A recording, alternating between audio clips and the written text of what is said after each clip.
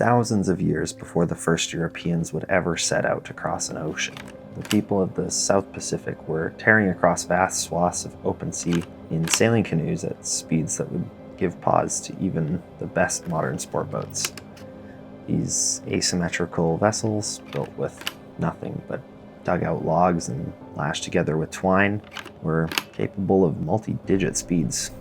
And these vessels would come to be known as proas in modern dialect, and for a brief moment they saw some limited adoption in the world of Western sailing, and yet today they've all but faded from sailors' minds completely.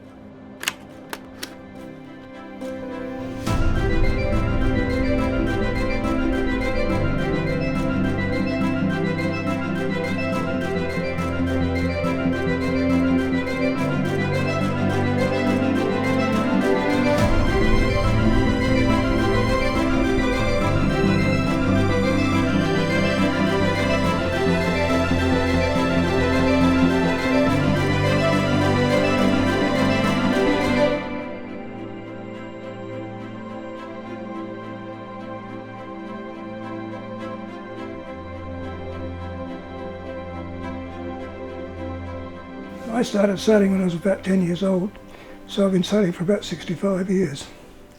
Most of my experience has been in monohulls. In fact, the first time I ever set foot on a proa was the day that I launched Sidecar. I've sailed on a lot of boats, different kinds of boats, dinghies, one design sports boats, and I've done a lot of offshore sailing over the years. When it came to retire, of course, I was looking around for second-hand boats to sail. Nothing that could really excite me or enthuse me, and I knew that whatever I bought I'd have to tear apart and put back together again and still not be happy with it. And I thought, well, why not have a go at a proa? I could see areas where I think I could do things differently, and in theory they're a very, very fast and efficiently economical boat.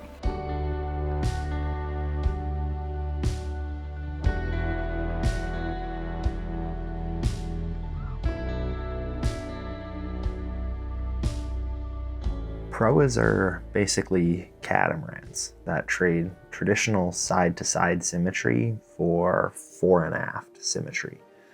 This means that they have, in effect, 4 bows and no real stern.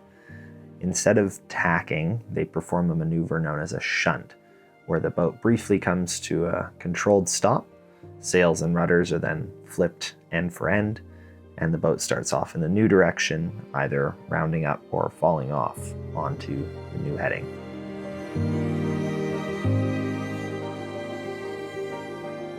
There were things, and I could never understand why every proa in the world had to look like a traditional Polynesian copy, and to make proas more acceptable to the yachting public, I thought, why not try to do something which is contemporary and contains contemporary design thought.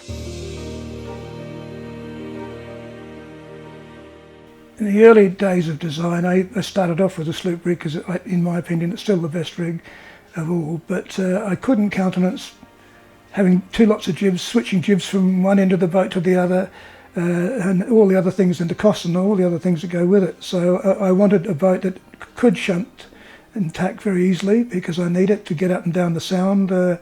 So for me, that was a driving determinant to come up with an alternative solution, and that was the biplane rig, which you see on the boat now. I wasn't really prepared to sacrifice performance for the sake of ease of build.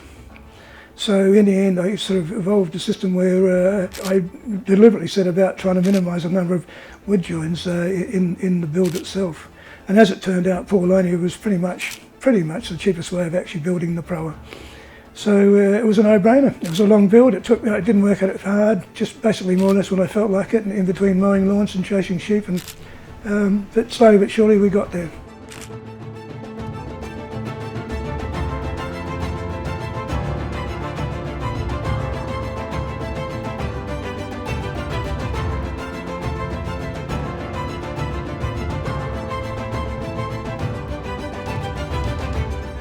When I first started sailing Sidecar, I did have steering problems and balance problems.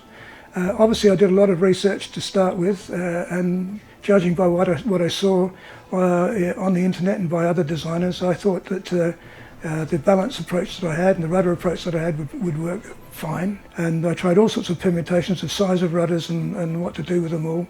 I was starting to think that the Proa people were lying to me because of how wonderful a craft it was and how wonderful they were.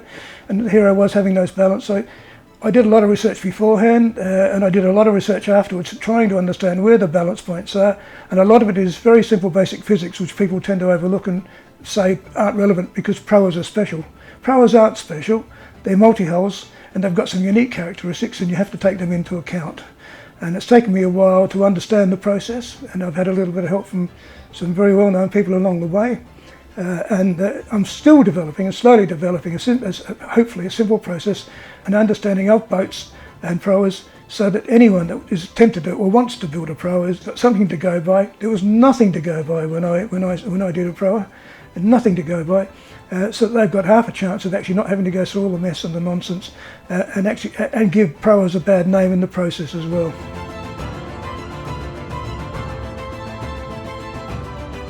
It goes remarkably fast for what it is. It may not point as high as it should or could, which I can potentially resolve in any case, and it does tack upwind in the sound like I wanted it to. And my wife has sailed more on board the boat with me in the years of retirement than she ever did before, so I have no complaints.